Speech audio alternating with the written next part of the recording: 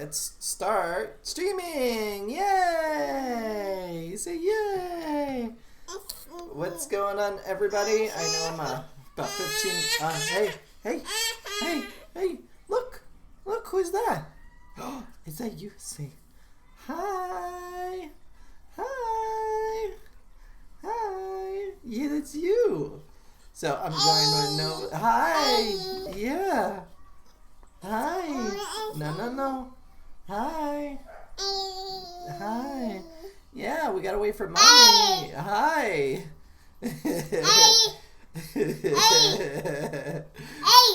So. Hi. Yeah. Okay. Okay. Somebody is excited. What's going on, everybody? I am joined with Nova here. Oh, okay. What? That's the wall. Okay. Margaret is outside getting Hector right now. She'll be in a minute to take this little one off my hands. But in the meantime, we're here. We're live streaming. I know I'm a little bit late, but figured I'd just answer some Q&As today on some planted aquariums, and my hair's all messed up because it was raining outside. And yeah, I figured we'd just make it really simple and easy. So if you have any questions, feel free to comment down below. And we'll go from there. Hi. Yeah. Hi. Yeah? No. Hi. Okay, you want to get down? Get down? If you get... No, you can't have the computer. You can't have the computer. I know. She loves the computer. Anytime I have it out, she just wants to jump on it and play with it. Alright, mommy. Hey. Here, you want sunglasses? I've got my sunglasses. Alright, we'll see if that entertains her for a bit. So what's going on? Let's see who we have in the chat. What up, Edgar? Oliver? The Fish Life? The Batsu? What's going on? Oliver says it's 2:17 a.m. where he is. You want to wear them? Oh, snap. Who's cool? Look at you right there. Oh, snap. Yeah, you stylish? Oh no. Hi, there's your brother. Hey. What's going on? Let's show that. Yeah, you're showing them where you are? So, greetings from the UK, Mandria. What's going on? My first live stream with you. Thanks, John. John, too. And Oliver, thank you. Thanks for hanging out, guys. Appreciate it. Oh, okay. Oh, no. All right, what would you, let's see. What would you recommend for a 10... What are you doing? You see yourself? What would you recommend for a 10-gallon CO2 system? For a 10-gallon, I mean, it depends on how much money you're looking for. A lot of people recommend the DIY systems. I personally don't like them because I feel like if you're going to do CO2, you're going to get so much plant growth. It's not one of the... okay. Yeah, no, that's the microphone. Once you start... Yeah. Oh, my God. People's eardrums are probably bleeding right now, and it's still broken. Okay, hold on. No, they're going to break, Mommy. They're going to break, and you're going to poke yourself. Okay, all right. Okay. Here, let me fix them. Okay, let me fix them. Here. Honey, go. We got everybody in here now. Where's your mom? Oh, I don't know. Talking to our dad. Okay. So as far as the CO2 system goes, it's basically like if you did DIY, you could do that. That's cheap. It's probably like $20-30 to get started with. Oops. But the problem with that is it runs out of CO2 rather quickly. It could be very inconsistent, so you'll get fluctuations sometimes. And you know, it's good for beginners, but long term, I like the actual like CO2 regulator and the CO2 tank, like a 5-gallon system or a 10-gallon system or a 10-pound system, 5-pound system. I see you. Yeah, you see them? You see your brother? Because it's just more consistent. They don't run out as much. They're a little bit more expensive to set up. You're talking probably like at least $100 if you get lucky. But then again, you can buy the tank used for probably around like anywhere. Well, it depends on the size. 20 pounders and 10 pounders go for like $100. Okay, what's he doing? He's dancing. All right, okay. What are you doing, you psycho? Okay. What? He's dancing. Oh my God. He's just dancing. Okay. All right. So I can't get anything done right now. Okay. So as far as that goes, it's a bit more consistent. It's a bit easier to get a handle on because it's consistent. And the thing with CO2 though is once you start using it, you really can't stop it. And if you do, you're gonna get some problems. So like you'll have algae growths and plant growth will slow down, and some will probably melt because now you've changed the parameters if you ever remove it. So just keep that in mind when doing CO2. Sometimes the best course of action is just let it grow without CO2. CO2 is really only needed if you're trying to grow specific sort of plants that require it, or if you're trying to speed growth up. What's up, Alexander? Hi, everyone. Big City Beta says, oh, look at those curls. Too cute. That's right. Okay. Are you done? Can you go? Are you going to go now? Ow. Ow, that's my beer. Hold on. You go. Go. No, you're just going to push buttons. I know you. No. No. Where are you going? What type of snails do you guys use? I have a few hitchhikers. I don't mind. I just want to make sure the specifications are good. They're usually just pond snails or bladder snails. They're harmless to aquariums. They're going to be really beneficial to you. They're going to eat all uneaten food. Oh my God, you're being up. Hide and seek. Where's Nova? Hide and seek. Okay. How about head, shoulders, knees, and toes? No? You want the sunglasses? Will this make you be quiet? Okay. So yeah, this is probably bladder snails or rainstorm snails. Harmless to aquariums. What the heck happened? Oh. Alright, I don't know what happened there. Got some lag there. My apologies. Let's see. She's so cute, thank you. I tried to breed beta. What way to that? What? I tried to breed betas. What the way to that? I actually, Christine, I've never bred betas, but I do know that they like to do bubble nests. Sometimes plants are beneficial. They help, make the beta feel safe. No. And that could be beneficial to your beta. No. What are you doing? No.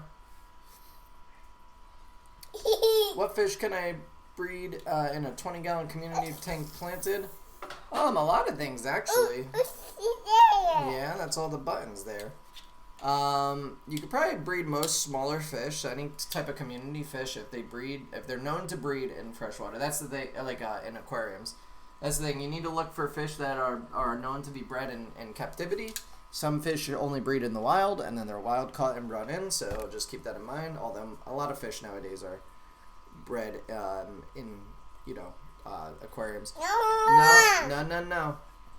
You could also do guppies. Guppies is a really easy one to start with if you're looking to do some breeding of fish. So, is there a noticeable? No. What are you doing? Leave that alone. Is there a noticeable color difference between bronze and brown cryptwindiddy? Not really. Very minute difference. If you put them next to each other, it'd be very hard to tell which one's which without knowing 100%. Painting my bedroom while listening. Maybe save some space for a small desk for aquascape. Would love to help you, but living in Canada. No problem. Appreciate it, though. CJ, will medicating my tank for ick and raising my temperature ruin my beloved banana plant? There's a possibility that raising the temperature could affect plants, especially if it's a drastic change. I mean, if you're 1 to 2 degrees higher than normal, it's not going to be a big deal. But if you're talking like you run at 76 and you're increasing it to 82, you may have some issues. With that said, you could also try like a natural cure for ick. One that I really like is called herb tanna. It's all natural solution that doesn't affect plants at all, and you don't have to raise the temperature. The medication works really well. I've had really good success with it. So if you have any big box stores around you, normally they'll have it. It's by Microbe Life or Microbia Life, however you want to say it. And they have, it's called Herb Tana. It's a really good one. You lagging up for me? Yeah, sorry, I got some lag issues. I don't know if it was with the kids or whatnot. Maybe messed it up. Let's see. What tank mates would be good for a clown killifish? What is a... Yeah? He's over there playing with her little toy. Something I like to do with my aquariums now, since, you know, having them for quite some time now. Oh, what the hell? Why did it open up a dictionary? Anyway. One thing that I like to do is kind of keep my tanks to like a 1 or 2 or 3 at max species of fish in there. So like if you have those killifish, maybe just some auto sinklets that will help with cleaning the glass, and hey, and maybe some mono shrimp if they're big enough to not be eaten by the fish. That way it's nothing that crazy, and you don't and that way you don't have to worry about too much incompatibility. No. Go play with your toy. Go play with your toy. Oops.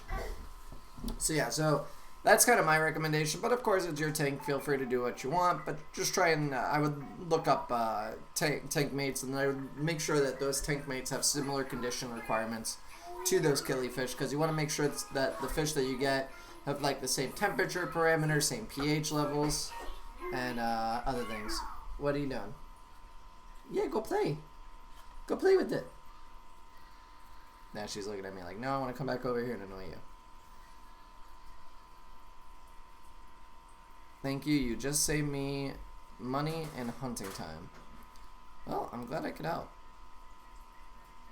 Oh, is that about the crypt? Yeah, they're very, very similar. Why you got spray paint?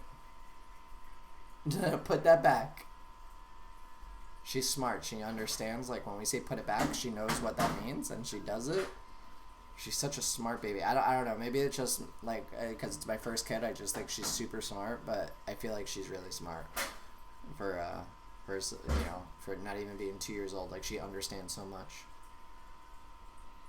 Except, no, don't eat the paint, and don't put your hand on the mirror. Yeah, you see yourself? Why are you so cute? I purchased some plants from a seller and I received them with green spot algae. Is it wise to cut off those leaves once 2 or 3 come in? I would just see if you could wipe off the green spot algae. Usually green spot algae is not really a big problem. It should disappear on its own, especially if you have snails or other things that like to eat algae, such as like plecos or autosynclus. Any of those could work.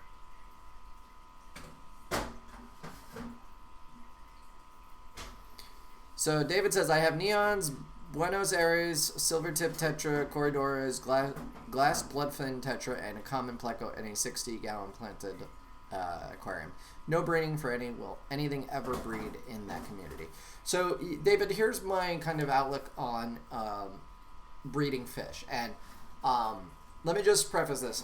This is what I think is going to be, if you're looking to breed fish and get a ton of them, this is going to probably net you the best outcome. With that said, there's always possibilities that you could do it a different way. And what my main logic is, if I'm going to try and breed one particular kind of fish, that's the only fish that's going to be in that tank. The reason being is other fish may eat the eggs or the live juveniles, or even the existing fish, some of their own species will eat babies. So just keep that in mind when you have all these different fish intermingled. The bigger fish are going to prey on the smaller fish, especially fry. Most fry are very tiny. They're going to be eaten. So it's best to breed fish in an isolated environment by themselves. You know, choose one species that you really want to breed. Get a smaller aquarium maybe for them. Take them out of your existing tank, put them in there, and let them breed on their own. And that way you can monitor them more carefully. Because Here's the thing. They may be breeding in that tank, and you would never know because the other fish are probably eating them. So you have no way of what you're doing is the right way, unless you, by chance, spot some of the juvenile fry. So just keep that in mind when you're breeding fish. I mean, I would choose one that you really like, that you would like to breed, and that's what I would do. But that's not to say you can't breed, you know, several different fish in one tank. Daniel says, I found a 5-gallon tank set up on trash day. That's awesome find. I love going garbage picking, although now I have too many aquariums, so I kind of stopped. But yeah, I used to do that. I want to set it up in my newborn daughter's room. Any recommendations on easy fish and plants? Thank you. Daniel, I would keep it really simple. I would do a betta. I would do some really easy plants like Anubis, Java Fern, maybe like Ludwigias or water spread or water wisteria. And that's it. Just keep it super simple. A little betta. You know, I find my daughter really loves my goldfish because he's a bigger fish. The smaller fish don't interest her as much. When when we're in the basement. So a betta isn't a huge fish, you know, but it's bigger than like the little tiny neons, and you know, the little tiny neons may be harder for them to see at such a young age. So having a slightly larger. Okay, all right, easy. It's your brother. Relax. What? So having a bigger fish would just probably be better. Okay. What? Where am I? What? Why don't you go in the living room? All right, can you not do that? Thanks. What? What? You want these? Here. Okay. All right, he's just dancing. What's the matter? All right. Okay, oh my God. He's just dancing. What are you flipping out about? Yeah. Hey, what's the matter? You crazy? Are you crazy? Are you crazy? Okay. I am in the UK though, so alright, Hector, come on, stop! You're making her be extra noisy. My Anubis and Java Fern grow with holes in them and rot away. I cannot seem to comprehend why. I use easy green fertilizer. Should I increase the dosage or what? Is it new leaves that get holes in them, or is it like existing leaves that are there for a bit, then they develop holes? Also, how can you remove tannins from the water without taking out driftwood? Sorry for the spelling. No problem. Tannins can be removed through like activated carbon. You can put activated carbon in the aquarium, and that will help remove the tannins. You could also do lots of water changes. But tannins are just they're a good thing for your aquarium. So unless you're having a really big problem with them, I would just be recommending like just leave it be, do your normal water changes, and eventually it'll come out. Do you have the glasses upside down? You weirdo. Let's see. What's up, Ava? Oh. Research is key. Yes, that is the fact there. Is the Asta 20 light low or high light in a 20 high? Well, to say golden make it. In a 20 high. I would probably put a medium, maybe on the lower end, just because that's a taller tank. I forget how tall a 20-gallon tall is high. So yeah, I'd probably put it on a medium level. It actually works. Cheers, mate. Oh, thank you. Let's see. Sup, OG's Fish Room? Did I miss somebody's question? I feel like I've missed somebody's question. Oh no, I got that one. Okay. Let's see. What?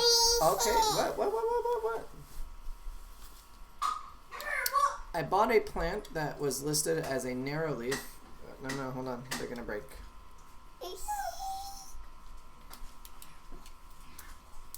Here, you wanna wear them? There you go. Alright, now you rockin'. Alright, no flash photography, please.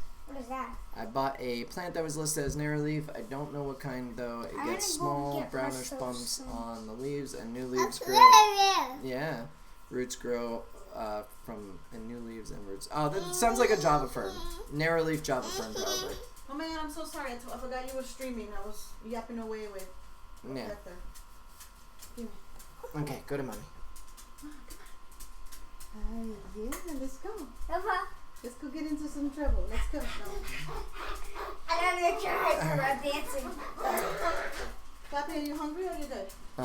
Let's see. I answered that one. Would AI prime lights work for a tank that was 24 inches high, 65 gallon? So I've never used those, Hayden, but I have heard really good things. I've spoken to Joey actually about it quite a few times, and he highlight on that size aquarium, or if it would be like low to medium. Okay. Let's see.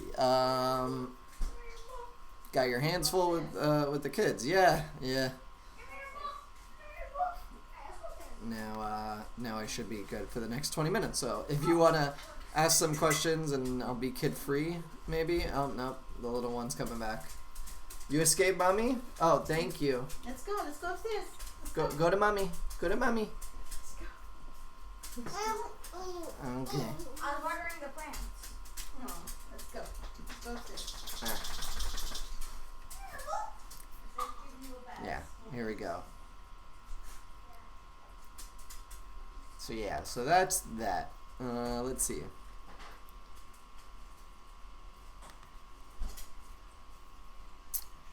Oops. Okay, there we go.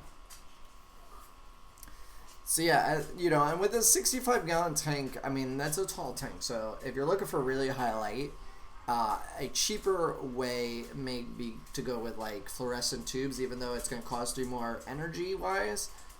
They're a cheaper option, and you're going to get a lot more spread out of like T8s. For that height. By the way, this live stream is amazing. Thanks for setting it up. Oh, you're welcome, Kimberly. I try and do these every other week, just so you guys know. Pretty much every other Wednesday is when we do them. I used to do them every Wednesday, but it kind of I don't know. It kind of gets a little boring because it's not that it's the same questions, but it's like there's only so many people that are going to watch each week. So I feel like every other week gives a good opportunity for people to maybe have a new question, and I get to answer those. It keeps it a bit more interesting. And keeps me a little less from getting burnt out. I've actually been a little burnt out on social media. So if you follow us on whatchamacallit, if you follow us on like social media, you notice I haven't really been posting that much. And that's because I've been burnt out a little bit. So I've been kind of like taking it easy, relaxing. We're still getting plenty of orders. So which is good. I appreciate everybody that orders from us and supports us. So.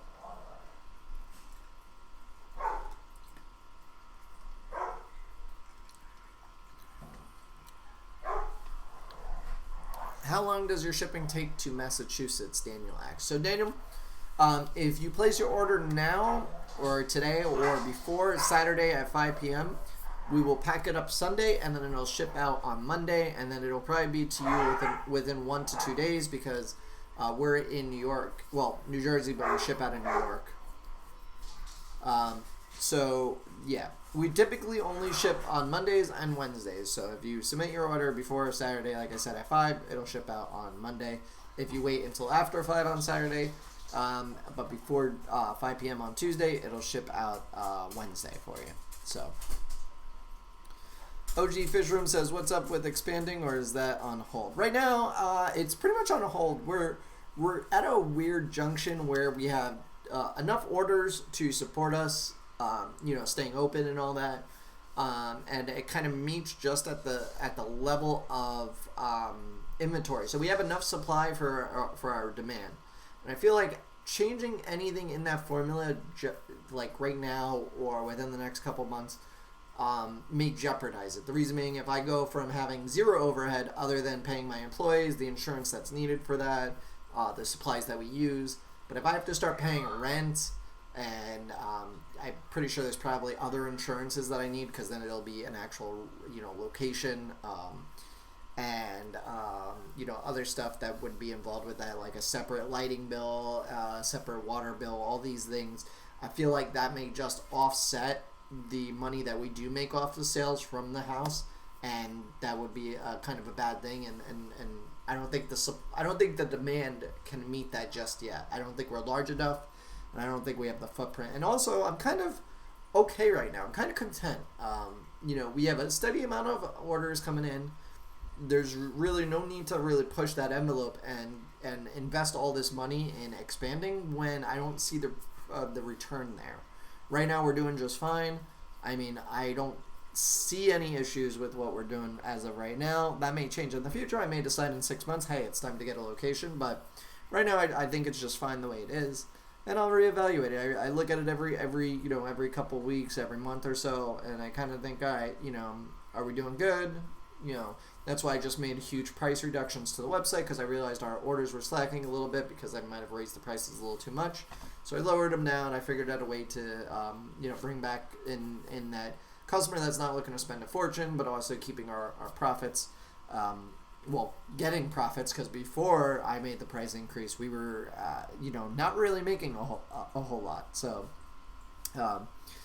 it's a tricky balancing act. But right now we're kind of just good with where we are, and in a year from now that may change. We'll see. Right now though, it's the biggest thing is taking all the money that we do make, and I'm still not paying myself. It all kind of is just in the business account, any profits that we do make, and that's just for future possibilities. So if in a year from now I decide, okay, it's time to get an actual warehouse and start expanding this, I have some cash there to do it, because most places around here, they want like 3 or 4 months up front. So they want your first 2 months plus security and plus deposit. So you're talking about 4 months worth of rent, which anywhere between $1,500 to $2,500. You can imagine that's roughly about $10,000, maybe more, just to get into a place. That's not counting building out, setting up tanks, setting up equipment, which all in all, I did brief estimates of what it would cost, and to get into a warehouse that's say about 3,000 square feet would probably cost me about $60,000 to $70,000 just to build it out and have it ready to be working, not including inventory, not including paying people. That's just everything that I would need to buy and build out. So it's pricey. And with the way our current economic environment is, I don't know if I'm feeling it just yet. We have to see what happens within the next couple of years, especially if anybody's in the stock market, if you looked at what happened today, not good signs. I have a red Reuben in a well-planted tank with CO2 weekly fruits. It's hardly grown at all. With my red flame, Amazon swords are flourishing. What's up with this Reuben? John, how long have you had it? What's your favorite moss? What do you think about Pilo moss? Pilo moss is nice. I really like willow moss that we sell. It's a really nice one. Coral moss, occasionally we get that one in. Physidens is probably, I would have to probably say Physidens nobilis and Physidens fontanus are at the top of my list, just because they're very different than most mosses. They're easy to control. They grow. I feel Physidens fontanus will grow in any conditions, anywhere in the tank. Once you have it in there, it just won't. It's impossible to remove. But the thing with that is it doesn't get out of control like other mosses does, because it just grows ever so slightly on rocks, and it doesn't get much bigger than that. So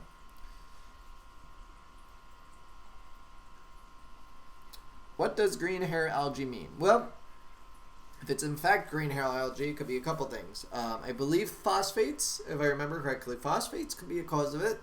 Also, too much flow. If you notice, if it's growing wherever you have a lot of flow, so if you have your output at the top of your tank, and you have maybe plants that are growing up here, and all of a sudden all of the hair algae is just concentrated in that area at the top of the plant, odds are it's too much flow in your aquarium. So reducing the flow may help to curb that, but there's also probably another underlying cause, maybe too much light. So these are things that you have to kind of look into and kind of narrow in, where is the algae growing? Is it all over the place? Well, then you have a really big problem. Then it's probably your light or your phosphates. If it's only growing in select spots, figure out what's going on in that select spot and go from there.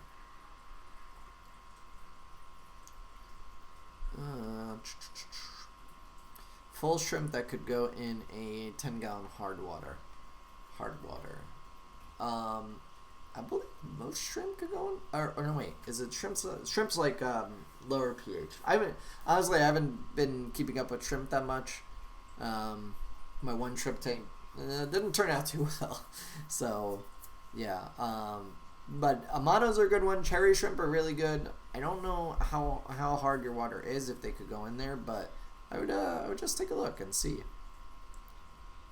Oh, 8 pH. Yeah, that's a bit high. I know that the shrimp like a lower pH, so maybe getting like some aqua soil that will help bring down the pH would be good. With Madagascar plants, they will grow rather large, but you could put them in a 20-gallon, and as they just get bigger, just let the leaves grow out until they get too big, and then just trim back the bigger leaves that you don't want. And eventually the plant will get the hint and kind of grow a bit smaller. I got some Physidens after you suggested it, and I love it. So much manageable and tidy looking than other mosses I've had. Yes, you see, B gets it. Yeah, Physidens is so much, like, everybody recommends Java moss for everybody, and I'm like, I can't stand Java moss. The reason being is, like, it's a great plant, but if you're trying any sort of aquascape escape, it's probably the worst plant that you could put in your aquarium, or the worst kind of moss. Because it just gets everywhere. It doesn't matter what you do, it's going to eventually find its way everywhere in your aquarium, and it's just not going to be good. So, yeah. What's a cool floating plant? Do you like Riccia fluentana? Or flutens, I think is how you pronounce it. So that's I have the same kind of notion that I do with Java moss. Riccia, although, is a beautiful plant. It's a very beautiful plant. But here's the thing. Riccia gets everywhere, and once it gets into your tank, it's in there for good. Also, it is a somewhat invasive type plant, if you will. It takes over things. Like, if a little piece gets lodged somewhere, it will just quickly spread and outgrow everything else that's in there. So, a couple things that you could do with it, right? You can put Riccia in your tank, all good. You tie it to a rock. Eventually, it's going to spread everywhere. That's fine. Just keep that in mind, because don't put in really expensive other plants. That was my mistake that I had with it, is I put it in a tank with expensive plants like rare Anubis. It quickly overtook the Anubis. I had to trim all the Riccia back, and periodically I had to go through and keep removing it until eventually I kind of just gave up and tossed everything because I just couldn't get rid of the Riccia. I'm kind of having now the same problem with mosses that are growing in my 75-gallon on all my rare Anubis and stuff, and I can't seem to get rid of them. So I'm kind of at that point where I'm thinking about just starting over with the tank, scrapping everything, and just doing it from there because the mosses are just taking over. So Riccia is kind of that problem, but it is a very beautiful plant. I will give it that. It's like it's so bright green. It's such a vivid green color that I really like it. It's just like it would have to go in a smaller aquarium for me. I'd have to do it in a smaller aquarium. It would have to go into an aquarium that wouldn't have fine leaf plants, so no rotalas, and like no small leaved Ludwigia or small leaved Anubis, so no like Nana Petite, because it would just work its way in there. It'd have to be bigger leaves, so stuff like Ludwigia and hygrophilias would be fine. No water sprite, no water wisteria, because it would just get tangled up and be a mess. You want to kind of keep it controllable. And when you do trimming on it, you need to shut off your filter, make sure there's no water movement at all, and get every last bit out of the aquarium as you can, because it's just going to get everywhere and it'll spread and just take over everything. So just keep that in mind. I mean, it's a great plant. It really is. It really is a fantastic plant. It grows so fast, and it grows in like no conditions at all. Literally, like if you just have water, it will grow. That's how easy it is to grow. So. Yeah, other than that, it's a great plant. So. I've just had my run-in with Riccia, if you couldn't tell.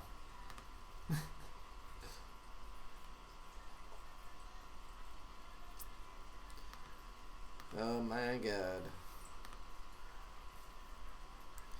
Is it possible to graft aquatic plants together, like different types of Anubis, for example, just like what you can do with terrestrial plants? Son of Odin asks. That's a very good question.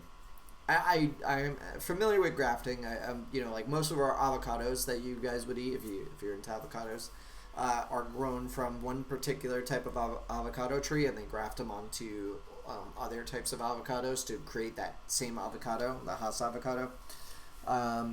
So I've personally never heard nor seen that anything can be grafted in the aquatic industry, like aquatic plants. If I had to take a guess, maybe Anubis, maybe Java ferns, and maybe, well, I guess maybe some stem plants could do it.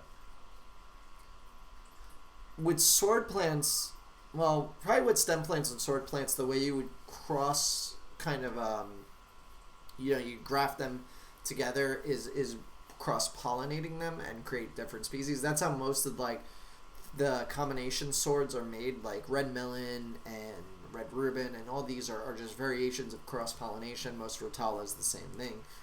You take a rotala that you really like and you mix it with another rotala that has a good color, and you get a mixed color, and so it's probably possible. Where to start, I wouldn't even know. It'd be interesting to see though if you could do it. You'd probably not be able to grow it in water though. I'm thinking if you were to grow it, you'd have to grow it immersed in an immersed setup and let it grow out from there, and then maybe take clippings or seeds if you could eventually get them to seed and they're viable seeds, and then plant them and get new offspring like that. That's probably the only way that I can think of doing it. But that's a really interesting question. Never really thought about that as far as when it comes to aquatic plants. It would be pretty cool though to do. Pretty neat science experiment. If you choose to give it a shot, definitely document it and see what you can come up with. I'm sure there's a way out there.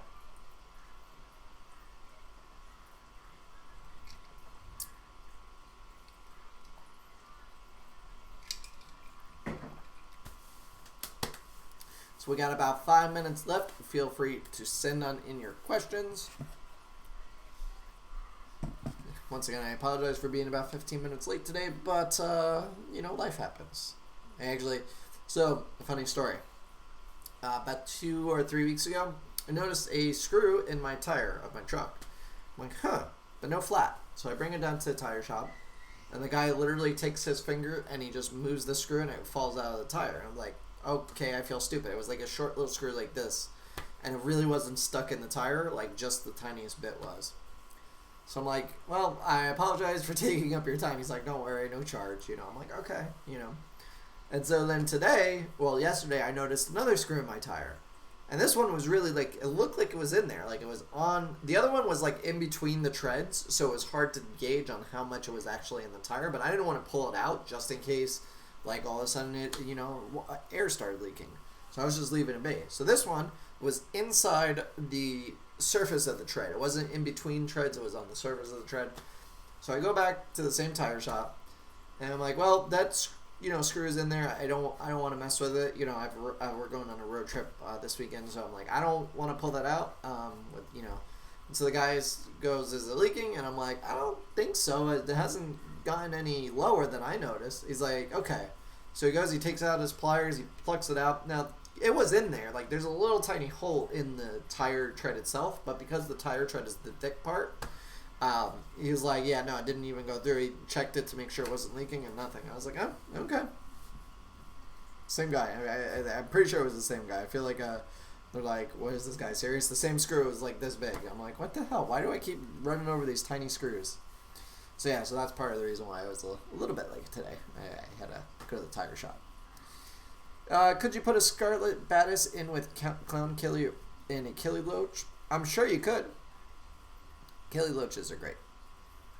I ordered some frogbit and water lettuce seeds. How does one start floaters from seeds? Thanks for answering all these questions. No problem, John. Well, John, unfortunately, I will tell you this. I don't think those seeds are going to give you any luck. If they do, I'm all for it, and I hope they do.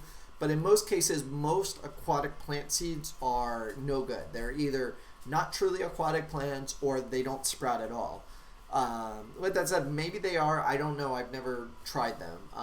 But what I would probably do to sprout them, if they are floating plants, I would probably just put them in like a little dish of water, put them in a sunny window, and let them sprout. That's the only way I could see that ever working. I don't think they need to be started in soil. With that said, maybe do 2 dishes. Do a dish of just water and sprinkle the seeds on there, and then do a separate dish with dirt, just a thin layer of dirt. Put the seeds and just make sure you keep them moist, and see what happens. I hope they work for you, but in my honest opinion, most aquatic plant seeds are just a ripoff, and you're going to have very little success with them in general. So I could be wrong about these. I've never heard of floating plant.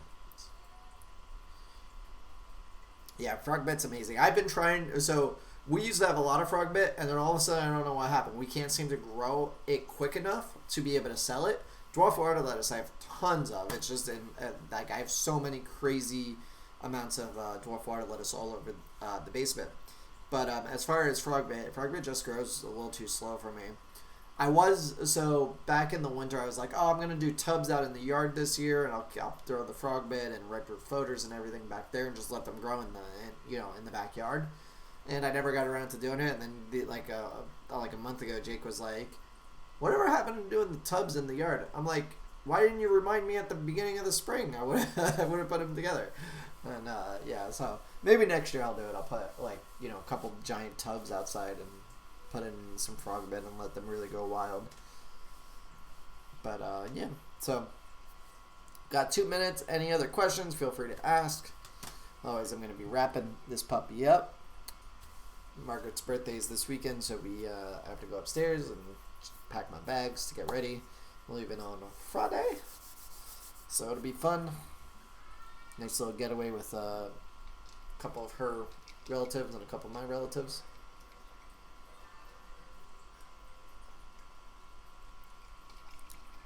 They were only $1. Everybody always tries seeds with other plants, but I've never seen people try floaters, so I thought I'd try it. Hey, yeah.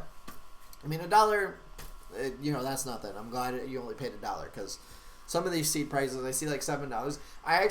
I've been meaning to do a video. I really want to do a video on aquatic plant seeds. I just haven't gotten around to it, but I think I'm going to probably do that in the near future. I want to order like the top like 5 or 10 listings on like Amazon and Wish. Order them in.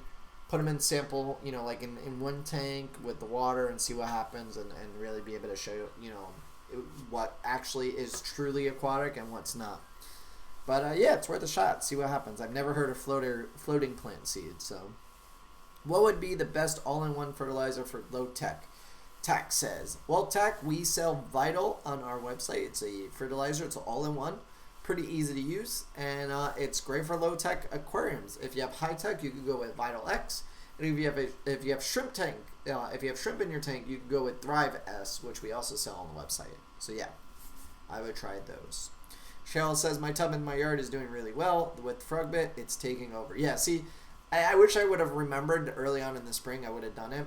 My only problem with that though is like I have to then set up all the equipment because like, what if there's freaking, like, dragonflies or mosquitoes start breeding there, and, like, I just don't want to have mosquito issues. So, probably what I may do is I may, like, I don't know. I was thinking about putting maybe the goldfish outside, but I don't want him to get snatched up by, like, a raccoon or something, so I don't know how I'll do it. But maybe putting something small in there to eat, like, mosquito larvae may be a good way to do it. I know you could probably use, like, mosquito dunks to keep them out of there in general, but you never know. Would you recommend Malaysian trumpet snails for cleaning sand? Yes, Kimberly. I will actually be doing an update video on my goldfish tank. You will not believe how clean the substrate is thanks to A, the goldfish, and B, the Malaysian trumpet snails. They are fantastic snails. I cannot recommend Malaysian trumpet snails enough. They're just a super good snail to have. Just know that they repopulate like crazy, or populate like crazy, so you'll have tons of them. Maybe a good thing or a bad thing. So yeah. Is it normal for stem plants to melt in new tanks? Yes, it is. My MTS are white. Is that normal? Are they alive? Like, because usually like when a shell goes white, there's no snail in it. It's dead. It's kind of like breaking down into calcium or whatever. But I'm sure it's fine. I mean, if they're alive, snails are snails, then they grow like crazy, so My pontchaton is flowered, so I'm trying to propagate it. Hopefully, nice. I have a terrestrial plant in my aquarium submerged, and today I see it pearling. Is there a possibility of it growing? It depends on the terrestrial plant, but I don't know. Maybe, possibly, probably not, but maybe. Would they ever get in the way of the plant roots? No, Kimberly. Actually, Malaysian trappan snails, what they do is because they like to burrow into the substrate during the day, is when they burrow, they start moving around the sand a bit. And so what they allow is they allow water movement within the roots because they're opening up passages essentially. So stuff gets moved around in the roots. And they allow, you'll see them scurrying around in the substrate, and that's completely fine. Actually, like a good, healthy environment is substrate getting turned over and, aerated. Like we have worms in your lawn because the worms help to aerate your lawn and your garden. That's why a lot of people like to have earthworms because it just helps to move things around and keep things healthy. It doesn't create a stagnant environment. So I mean, like honestly, I'd recommend Malaysian trappan snails for anybody in any aquarium. They're just so good, hands down. Probably the best snail you can have. All right, last two questions. I've got 2 small goldfish. I'm thinking of getting solar oxygenator. It's full of duckweed too. That started off quite slowly as a hitchhiker on some shop bought plants. Yeah, well, I'm surprised the goldfish haven't eaten it. They're selling umbrella fern on eBay as aquatic plants. Are they aquatics?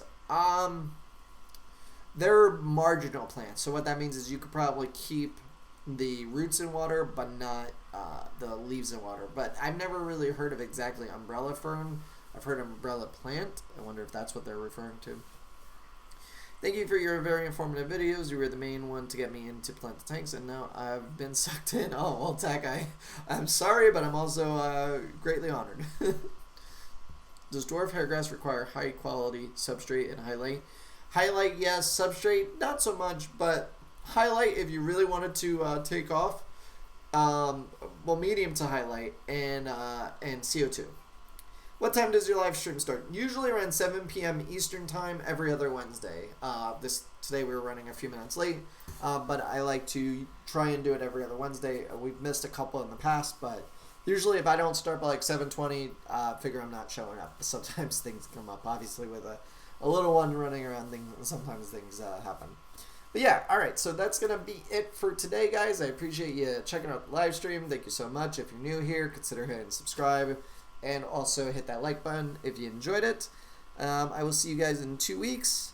Hopefully everybody does well. I thank you for all the questions. Thanks for everybody watching. And I'll see you guys soon. All right? Have a good weekend. Later.